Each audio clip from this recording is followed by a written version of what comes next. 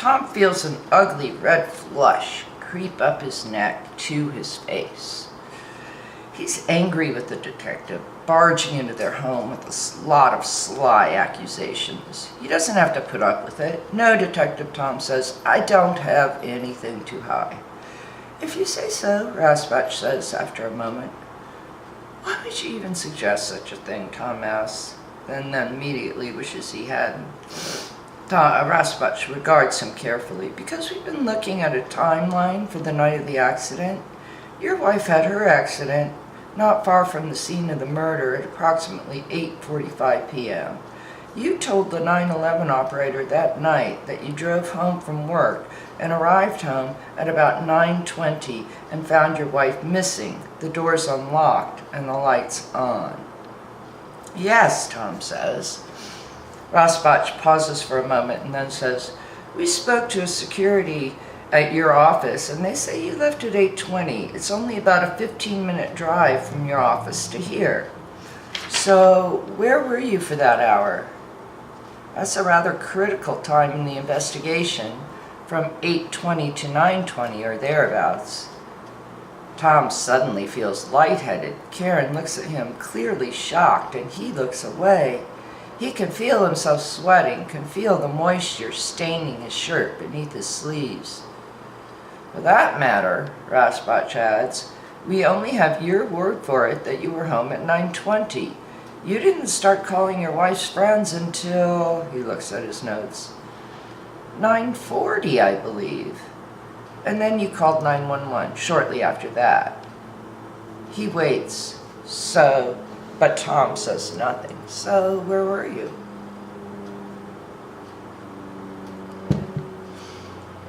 I was driving around, Tom answers, faltering. You were driving around for an extra 45 minutes, Rasbach says, his eyes like steel. Why? Tom wants to reach for the other man's throat. Instead, he takes a deep breath and tries to steady himself. I needed to think to clear my mind. I'd had a long day. You didn't want to get home to your wife? Tom looks at the detective, wonders what he knows, and in that moment hates the man's guts. His smoothness, his composure, his sly innuendo. Yes, of course I did, Tom snaps, but driving helps clear my mind. It helps me relax. I have a very stressful job. Sounds lame, even to him. Tom sees Rasbach's eyebrows go up. It's something the detective does for effect, and Tom despises him for it. Did you stop anywhere? Did anyone see you? Tom starts to shake his head and then hesitates and says, I stopped for a few minutes to sit at one of the picnic tables along the river for some fresh air. I don't think anyone saw me. You remember where exactly? Tom tries to think. Near the front of Branscombe, I think. The parking lot's there. He can't bring himself to look at Karen. Rasbach jots it down, gives him a last penetrating look, and stands up, putting his notebook away. Finally, Tom thinks, they're leaving. They've done enough damage for one night. Karen shows the detectives out, while Tom remains sitting in the living room staring at the floor, preparing to face his wife. Karen knows Tom doesn't like driving. It doesn't relax him. If anything, it stresses him out. She feels the ground shifting beneath her feet. She has to ask him, so why were you driving around for an hour that night? Why did you drive your car into a pole? He flashes back. She opens her mouth in surprise. Tom says abruptly, I'm going out. She watches him leave. She flinches when he slams the door behind him. What was Tom doing that night? That detective is no fool. Is it possible that Tom's lying to her? That he's hiding something from her? Troubled, she wanders into the kitchen to get some ice water and immediately spots a plate of brownies on the table. She stops in her tracks. She recognizes the plate. It's Bridget's. Bridget was here and left her signature brownies. The brownies weren't there before the detectives arrived. She must have left them on the kitchen table while they were talking to Tom and her in the living room. Karen feels a chill. Could she have overheard anything? She hates how out of control everything is getting. She closes her eyes, takes a deep breath, and forces herself to relax. She'll call Bridget tomorrow and thank her for the brownies. She can't trust Bridget. She'll talk to her and find out how much she heard. Karen fills her glass with water from the refrigerator and takes a plate of brownies with her into the living room and waits for Tom to return. What is he hiding? Tom has always been an open book. She can't believe that he is keeping something from her. Where could he have been for that hour, and why doesn't he want to tell her? Tom gets into his car and drives to a neighborhood bar, the kind of place that local teams go for a beer after a friendly baseball game. He needs to get his head together. He slides into an empty booth, orders a beer, and slumps over it. He doesn't want to talk to anyone. He's got himself into a bit of a mess. In fact, the more he thinks about it, the messier it looks. He didn't want to tell the detectives what he was doing that night, not in front of Karen, because he knows how it's going to look. Now, it will all come out.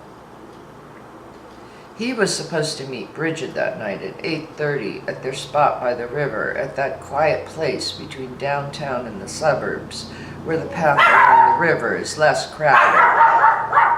Maple. Shh. And trees provide a bit of privacy. It's where they used to sometimes meet when they were having their short, misguided, and messy affair. She had called him that day, the day of the accident, at his office, and asked him to meet her. She wouldn't tell him why. But she stood him up that night. He waited over a half an hour in the dark, but she didn't show. He still doesn't know why Bridget wanted to meet him. When he asked her in that terse first call when she was looking for Karen, what she wanted and why she stood him up, she brushed him off, saying her sister had some kind of crisis and that it could wait. He was more worried about finding Karen anyway. He knows he should have told Karen about him and Bridget. Now I'll have to tell the detectives, and it will look as if he were meeting Bridget that night because he wanted to, and keeping it a secret from Karen. He knows he should tell Karen now, tonight, tell her everything, but he's not in a confiding mood. Maybe he'd feel more like telling her the truth if she went first. When Tom returns home, his wife eyes him cautiously. They're wary of each other now. "Do you want one?" Karen asks him after a moment, pointing at the brownies on the coffee table. "Where'd those come from?" Tom asks as he sits down. "They look like Bridget's. They taste like hers, too." "Was she just here?" Tom asks. "She must have been." Tom looks at her questioning. "What do you mean?" "When you left, I went into the kitchen, and they were sitting on the table." "What?" Tom says. "When did she put them there?" "I assume when we were talking with the detectives," Karen says. "Shit," Tom says uneasily. "I'll talk to her tomorrow. Try to explain." Tom rubs a hand over his face. "How are you going to explain two detectives in our living room asking questions about a murder investigation?" Karen doesn't even look at him. She says, "I'll tell her the truth. There was a murder that night near where I had my accident. Nothing to do with me. But the police are desperate and they don't have any leads. They'll give up when they don't find anything," she says. She seems to be forgetting about the gloves, Tom thinks, and the tire tracks, and the mysterious phone call. She's pretending to have a confidence that she can't possibly really feel. There's a long fraught silence between them. Finally, Tom says, "Maybe you should see a doctor." "Why?" Her voice is sharp. "Like the detective said, it's It's not like you're actually doing anything to try to get your memory back. She stares at him now, but he doesn't look away. Maybe you should. What's a doctor going to do? She says coldly. I don't know, Tom answers. Maybe you could try hypnosis. He's pushing her, goading her. Let's find out what happened that night. I really want to know. Do you? She gives a forced laugh. I'm not doing hypnosis. That's ridiculous. Is it? He's challenging her, and he can tell she doesn't like it. She gets up and leaves the room, taking the plate of brownies back into the kitchen. Tom remains alone on the living room sofa, crushed by a devastating loneliness. He hears the door in the kitchen slide open and then close again. She's gone out.